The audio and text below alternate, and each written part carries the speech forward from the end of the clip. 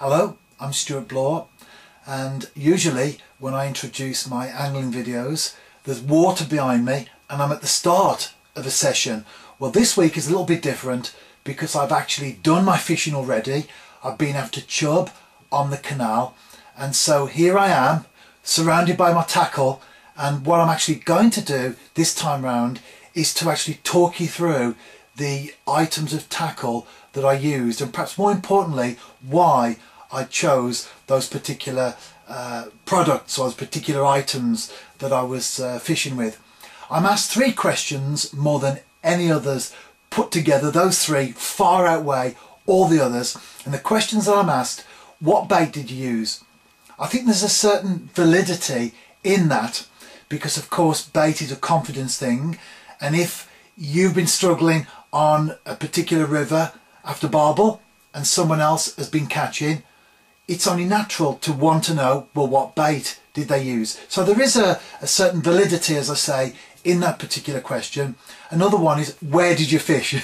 Not only the stretch, but what peg did you fish in? Well, I think there's a certain sense that, particularly in the days or the day of the internet as we live now, where folks want a shortcut to success, that we have to really play those cards close to our chest. I certainly do. I make no apologies about that. I do a lot of, as an example, fishing for carp on the local canal. It's not a carp venue, and I've put a lot of time in. I've actually fished stretches where I've never seen a carp angler. Don't even know if there's carp in there, but I've given it a go. Sometimes it doesn't work out, often it doesn't, but occasionally it does. And what people want to know is not the 9 places you blanked, but they want to know the one where you caught that decent carp. So I think there's a certain sense in that yes, people want to know where you fish, but you don't have to give away that sort of information. And the other question that people ask is, how big was it? We see a picture of fish and we just want to know, how big was it? Well, when you think about it, a question like that does no good whatsoever to our angling, doesn't it? If I show you a picture of a fish and you now find out that that perch was £2 10 ounces, or that barbel was £10 14 ounces, or the roach was £2 2, or whatever it might be, that has done absolutely nothing for your angling. It hasn't helped you at all. And so those three questions are the ones that I get asked more than anything else put together.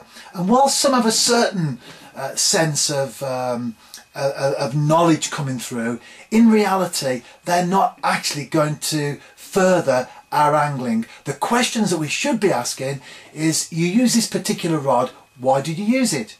You went for that particular breaking strain, why? Why did you use £6? Why not £4? Why not £8? Those are the questions that we really should be asking. You said you fished 2 lengths out.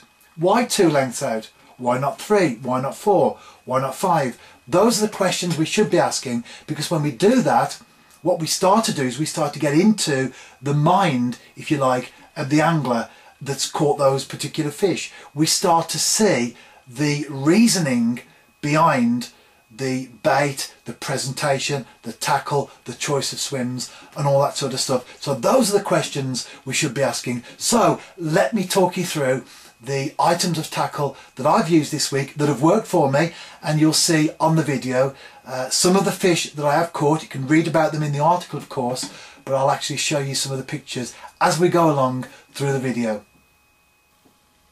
So what rod did I use? Well, I've actually got it here already made up, so I'm going to show you piece by piece the various items of tackle. I actually used, and I'm going to hold it up there to the camera, you see that there? A barbel special. It's a Fox 1.5 pound test curve. Now I didn't use the rod with the conventional tip. I actually used the quiver tip insert, the option to fish with the quiver tip. Now you may think that's a little bit too powerful for chub fishing, but, and you'll know this if you read my angling journal on a regular basis, that recently I've located some good chub, And when I say good chub, I mean, you know, excellent fish. The sort of fish that 10 years ago I would have to travel to the upper Severn to try and locate. And once you hook that fish, that initial strike, the fish will go. And with overhanging vegetation on the canal, that's exactly where the fish heads to, whether it's through knowledge of the water or whether it's just simply through instinct because it's been hooked. It could be a combination of the two, of course. The reality is that's where it goes. So you need something pretty powerful to hold it. And when I first started catching these chub, I realised what a good stamp of fish was in this particular stretch. Maybe in other sections, of course, but certainly in the one that I was fishing. So to tackle them, I decided to go for this 1.5 pound test curve rod. And as I've hooked into those fish, it certainly hasn't felt like my gear has been too powerful. It's definitely been the way to go forward. So don't be afraid to step up if you need to. Likewise, come down as well if we're too overgunned for the fish in the stretch. But if we are catching some good fish and there are snags or whatever it might be, and we need to step up, don't be afraid to do that. We certainly get you know, a lot of criticism if we barbel anglers and we fish with anything other than a conventional 1 pound 10 ounce test curve rod.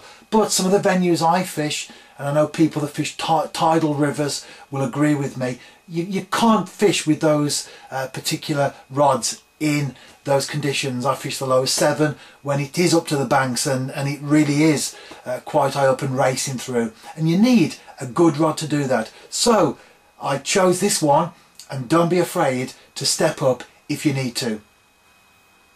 So what about my reel and my line? Well, again, I'm going to hold that up there, and you can see it's an Okuma Xeon, and I've had this reel for a while now, and it's excellent for this sort of fishing, for chub around that mark of the size I'm catching. In fact, any chub really.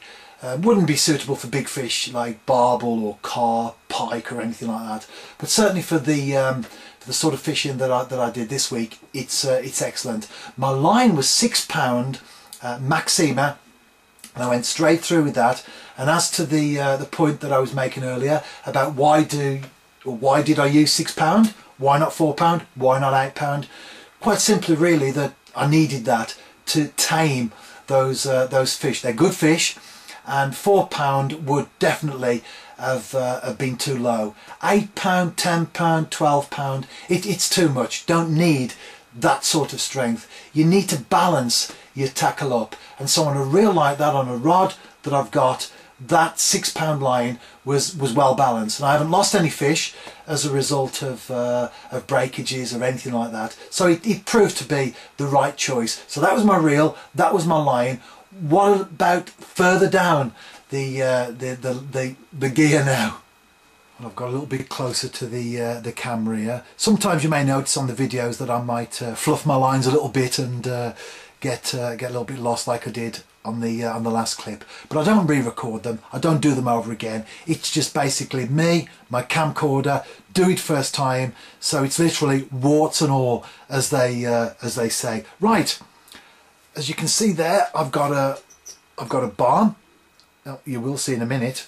It's coming down. There it is. I've got as I said, I just record these as I go along. There you've got a barn. That's running, of course. That's free running there, and that's on a swivel. And I've been using a even lighter. That's a 1/4 ounce bomb. I've been using an even lighter weight previously, but I settled on this one this time, and that worked quite well. I've got a Graze top rubber on there. It comes as part of a system with a bottom rubber, a top rubber and a swivel. Well, on this particular occasion, all I've got is actually the top rubber and a shot underneath that. So the shot is creating, in effect, the hook length. So there's the barn, there's the top rubber with the shot, so it can't go any further.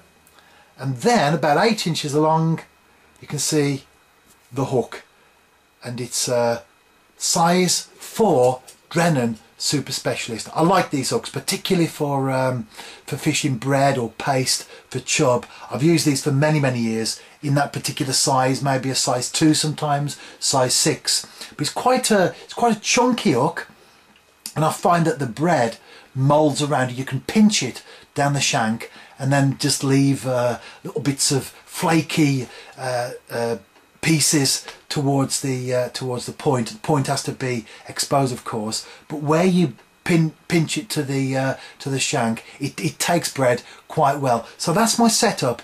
Very simple, and I think that's the approach that we should always take. Keep it simple to start with, and then if we need to tinker, if we need to develop, if we need to mess around with things, we can do. But why complicate stuff from the beginning? Let's keep it simple, and then only if we need to, we can start to mess around with things.